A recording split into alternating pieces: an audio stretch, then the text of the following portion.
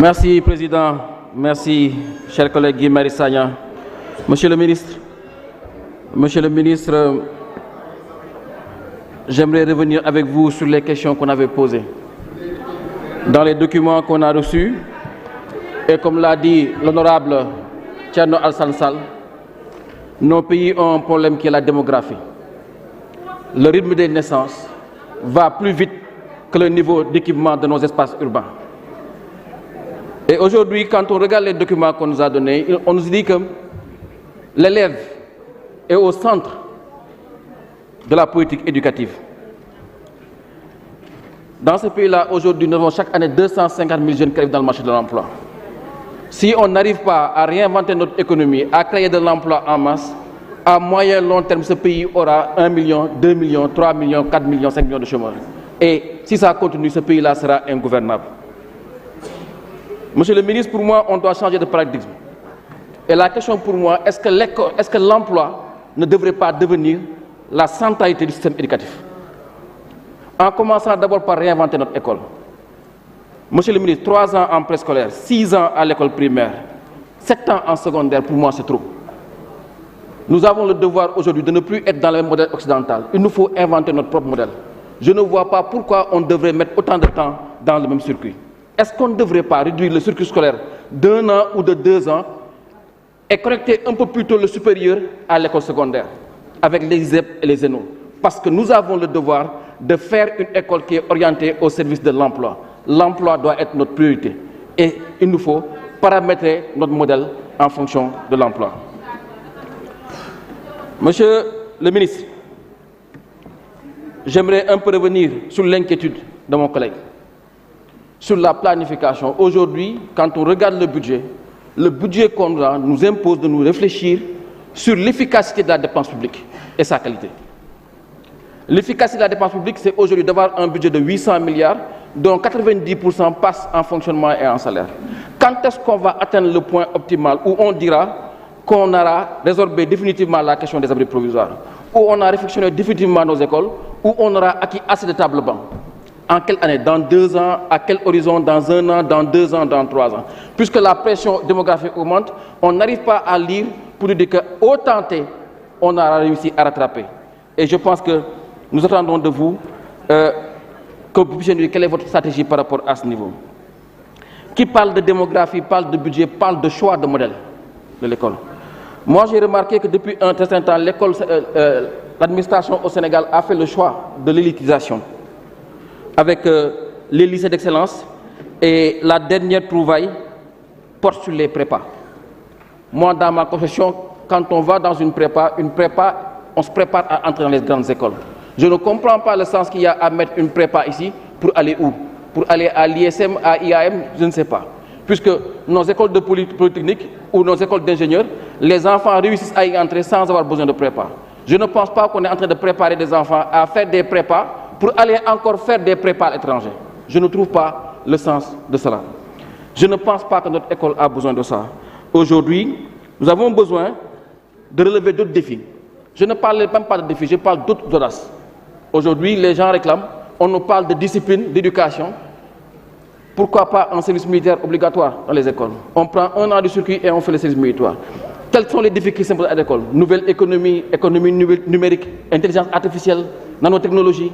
Ce sont des choses auxquelles on ne prépare pas nos écoles et pourtant, le temps les rattrape par rapport à cela.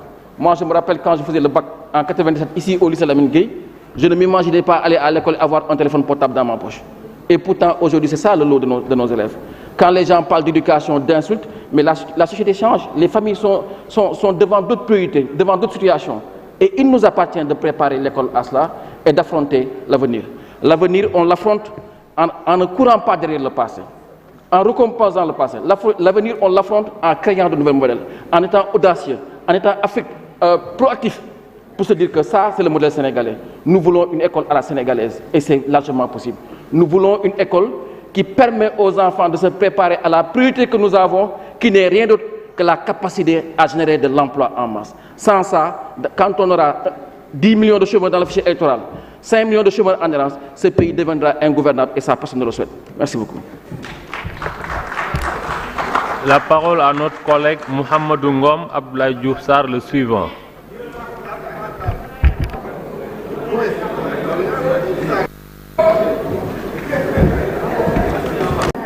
monsieur le ministre maa ngi lay nuyu monsieur le ministre finance maa ngi lay nuyu ak travail ak ñi ngeen àndal ñëpp di nuyu sama mbokku député yi di leen wax tey Thanksgiving la ci Amérique wax kay ñun dañ koy féete monsieur le ministre man dama lay jaajëfal di jaajëfal ki la tabb teg la fii day cuune kookoo ma teg fii du cuune président Macky Sall ñi ngi koy nuyu di ko wax ni ñun dañu proud ci moom dañu ko gëm ci ni mu yore réew mi dañu ko sopp ci ni mu yore réew mi ak cërëm ku nekk war ngaa jàng ci président tous les sénégalais yi ci yaru président Macky Sall moo am yar jëmmam jee amit teggin moo tax bu ma gisee ku taxaw fii di disrespect sénégalais yi du ministre bi de sénégalais yi ngay disrespect parce que fii kenn defutu fi de you guys can fool nobody here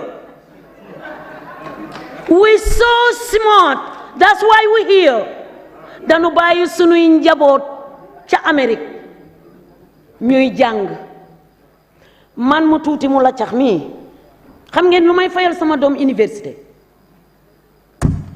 $30,000 6 months bu ne ma joxe 15 millions ay bu ma ko université bii laa laajoon ba ma ragaju leen pourtant maa ngi koy jox tubaab yi pour ñu jàngal sama doom bépp immigré bu am doom ci diaspora bi yaa ngi fay tubaab yi ñuy jàngal sa doom président Macky Sall landil ko fii ci Afrique fii ci Sénégal ñun éducation bi de base la ñu wax monsieur le ministre ci ñun yaay yii la commencé ndekk fukki dërëm añ fukk ak juróom man yaay bi bu ma génnee dama koy ndawtale dimbaliwuma askan wi dimbaliwuma président Macky Sall ci réew mi mu jiite mën naa ko fayal sama doom benn 3000 francs bu mu lekk ci université bi man dama sañ sama doom lekkee ci université ba Amérique man sama doom dëkkul ca biir université ba Amérique parce que mënuma ko fay I am a single mother I am working so hard for my kids have a good education sama doom yi am education bu baax moo tax may liggéey di létt di taxi di commerce di housekeeping femme de chambre dama koy def man pour dimbali sama njaboot gi lu tax Sénégal yaay yi nañ leen waxante dëgg nag fii la ñu taxaw ci ensemble bi Sénégal di ñu seetaan yaayu sénégalais yëpp lu tax mënuñu jël suñuy dërëm di ko yokk suñu doom ci université yi ci seen ci xaarama ragaju ci seen éducation bi dimbali ñii ñu jël alal ji teg seen loxo ñun ñu dolli leen mais monsieur le ministre sama koñ amul école I am Dakoy I am Makoy I am Dakoy monsieur le ministre ñun ci sunu bopp nañ dimbali sunu bopp Sénégal booy wax dëgg dañ lay dëggaate man kenn duma dëggaate damay wax sama dëgg bi éducation de base la ñu wax bu ñu ko amoon am na wax yu bari ñuy taxaw fii di saaga réew mi la ñuy saaga du ministre bi toog fii yàlla baaxal na ko ba pare de ñoŋ na ba pare de réew mi ñiy seetaan bëgg ñu waxal leen ci éducation bi mooy ñun yaay yi ñun ñu ëmboon juróom-ñeenti weer lu tax mënuñu focus ci sunu njàng doom yi jox leen éducation yu baax ba bu ñu màggee ëllëg taxaw fii ci ensemble bi du ñu disrespect kenn monsieur le ministre dimbali ma te duma la voteel fan laa ko teg sénégalais yéen ñuy seetaan nee nañ ma fii ma toog léegi lañ ma yónnee message ni ma neel opposition bi seetaanuñ leen parce que xoolal waxaluñ ñu jooyaluñ ñu monsieur le ministre maa lay voteel ba génn ci mbedd mi di yuuxu ku ma votele maa lay voteel ba mu neex ndax éducation xale yi dama bëgg mu dëgër te yaay yi dañ lay dimbali yaay yi dañ lay dimbali ñoo am ba juróom-ñeenti weer jël sunu doom yi sànni leen ñu fel-felaale ci réew mi di def lu leen neex réseaux sociaux baa ngi di toj ku nekk nu saaga la Birame Souleye Diop am na wàllam Macky Sall lañ doon seetaan ñu koy enjoy fii ci Sénégal tey ku nekk yaa ngi jël sa wàll ñàkk éducation de base moom la nañ leen waxante dëgg ñi wax fii Serigne Touba léegi li ñuy wax Serigne Touba ak Alaaji Malick wax leen ci. Merci chers collègues. Salut. Cheikh Mbacké Ndao, vous avez la parole.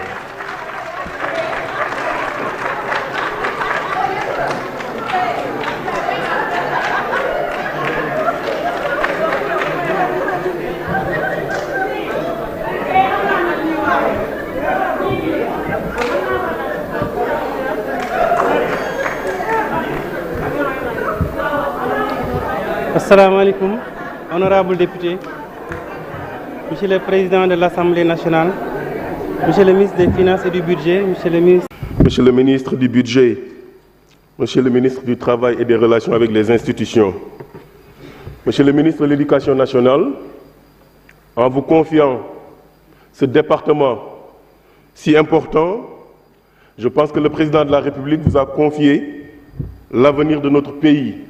C'est la raison pour laquelle je vous encourage à tout faire pour que la paix sociale puisse régner dans ce secteur-là.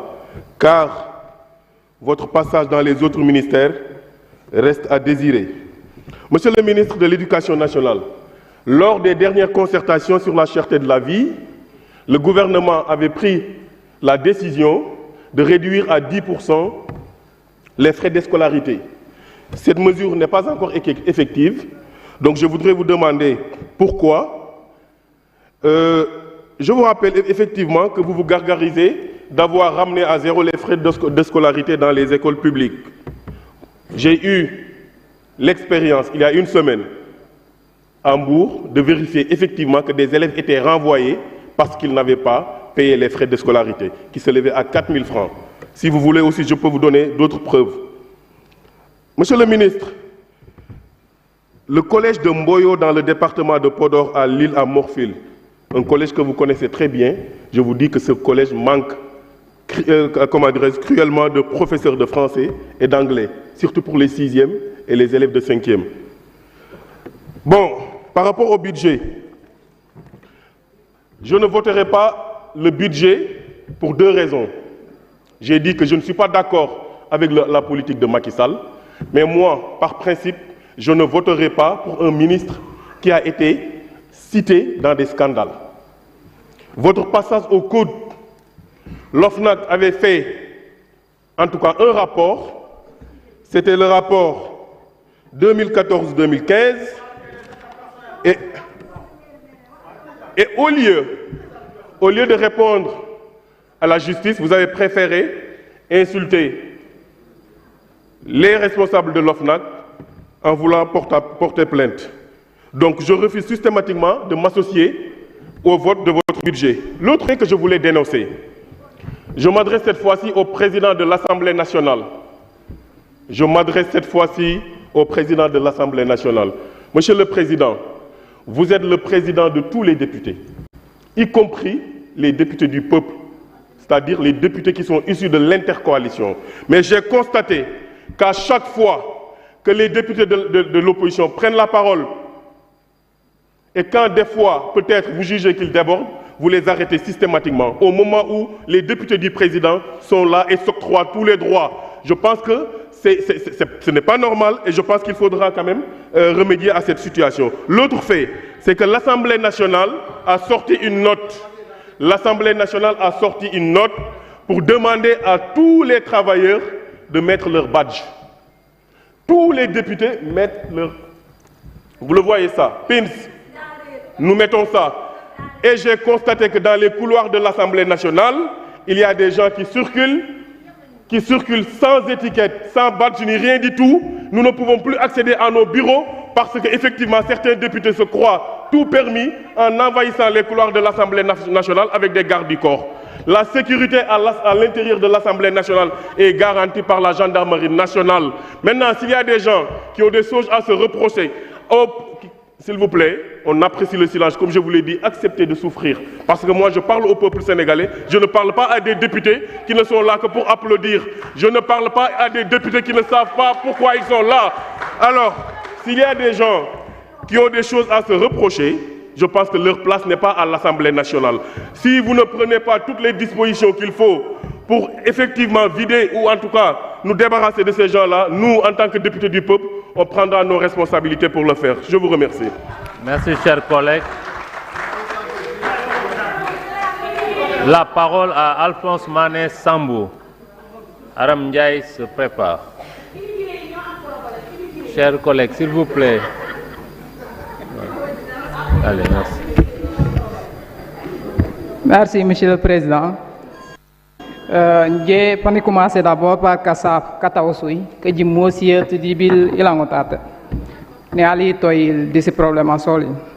Monsieur le Président, Monsieur le ministre du Travail, du Dialogue social et des relations avec les institutions, Monsieur le ministre des Finances et du Budget, Monsieur le ministre de l'Éducation nationale, ainsi que vos collaborateurs, chers collègues, honorables députés, Monsieur le ministre, les deux ministres même, je dirais, ministre des Finances et de l'Éducation nationale, nous, moi, je dirais, lors des travaux de commission, j'avais fait un plaidoyer allant dans le sens des centres académiques de l'orientation scolaire et professionnelle.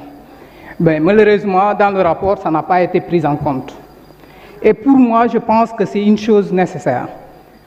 Les centres académiques, dans une bonne partie des régions, on a un seul centre académique et qui doit faire le tour de toute la région, CEM et lycée, pour aller faire des séances d'information, des permanences ou même assister des personnes qui ont des difficultés.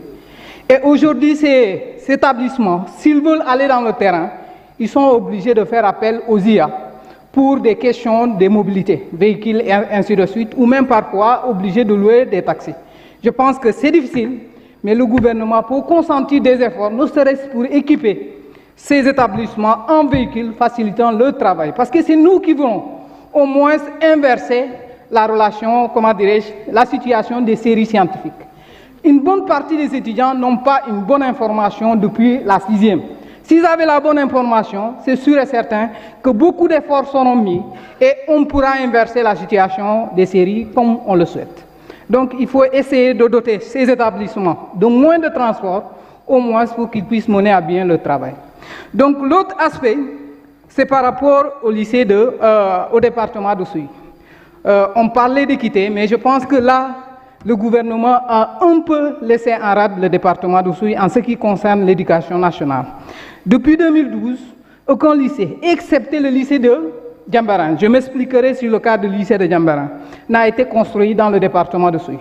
Le lycée de Djambaran a été construit par le conseil municipal.